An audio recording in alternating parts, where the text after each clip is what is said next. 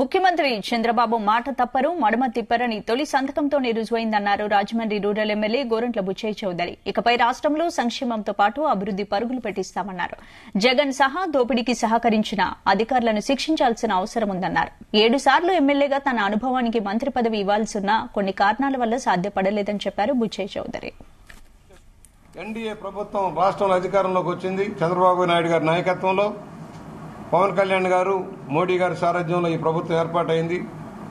ఏదైతే ఎన్నికల ముందు వాగ్దానాలు చేశామో, ప్రజలకి 6 పాయింట్ ఫార్ములా పెట్టామో, దాన్ని ఇవాళ అమలు చేసే విధానంలో ముందుకు సాగుతా ఉన్నాం.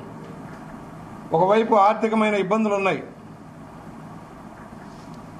అనేక అవరోధాలు ఉన్నాయి, అభివృద్ధి లేదు, సంక్షేమం గాలిలో కొట్టుకుపోయింది, అవినీతి విశృంఖలంగా నడిచిపోయింది, అధికార గణం తప్పుదారిలో నడిచారు. ఇవాళ మేము ఒకటే చెబుతున్నాం, మాట ఇవ్వటం కాదు అమలు చేయటం. ఆ విధానంలో ఇవాళ ప్రభుత్వం వెళ్తుంది. ఉద్యోగ కల్పనే ధ్యేయంగా రాష్ట్ర ఆర్థిక పరిస్థితిని చక్కబెట్టే పరిస్థితిలో కార్యక్రమాలు తీసుకుంటూ ఉన్నాం.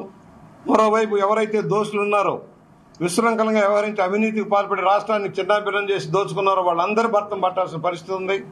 దాని మీద కూడా జ్యుడిషియల్ ఎంక్వైరీ చేసి వాళ్ళ మీద చర్యలు తీసుకోవాలి. ఎందుకంటే దోషులు తప్పించకపోతే మరలా మరొకరు తయారవుతారు. అలాంటి దోషులు లేకుండా ఉండాలంటే తగిన కఠినమైన శిక్షలు అమలు చేయాల్సిన అవసరం ఉంది. జగన్మోహన్ రెడ్డి దగ్గర నుంచి దోచుకున్న అధికారులందరినీ కూడా మనం యాక్షన్ తీసుకోవాల్సిన పరిస్థితి ఉంది. నాకు సంబంధించి 42 సంవత్సరాల సుదీర్ఘ రాజకీయంలో ఎన్నో ఎత్తుపల్లాలు ఎదురు చూశాం, ఎన్నో ఒడిదుడుకులు ఎదురు చూశాం. ప్రజల కోసం నీతిగా నిజాయితీగా వ్యవహరించాం. మాట తప్పలేదు, మడం తిప్పలేదు. అభివృద్ధి ధ్యేయంగా పనిచేశాం. ఫలితంగా 7 సార్లు రాజమండ్రి సిటీలో కానీ రూరల్లో కానీ గెలిపించారు. వాళ్ళందరికీ నేను రుణపడి ఉన్నా. ఇవాళ కూడా లక్షలాది మంది, వేలాది మంది అభిమానులు ఉన్నారు, దేశవ్యాప్తంగా, రాష్ట్ర వ్యాప్తంగా, స్థానికంగా కూడా.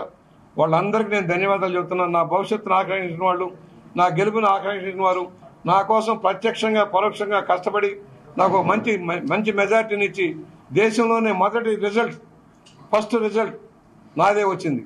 ఎన్డీఏ ప్రభుత్వం రాష్ట్రంలో అధికారంలోకి వచ్చింది. చంద్రబాబు నాయుడు గారి నాయకత్వంలో పవన్ కళ్యాణ్ గారు, మోడీ గారి సారథ్యంలో ఈ ప్రభుత్వం ఏర్పాటైంది.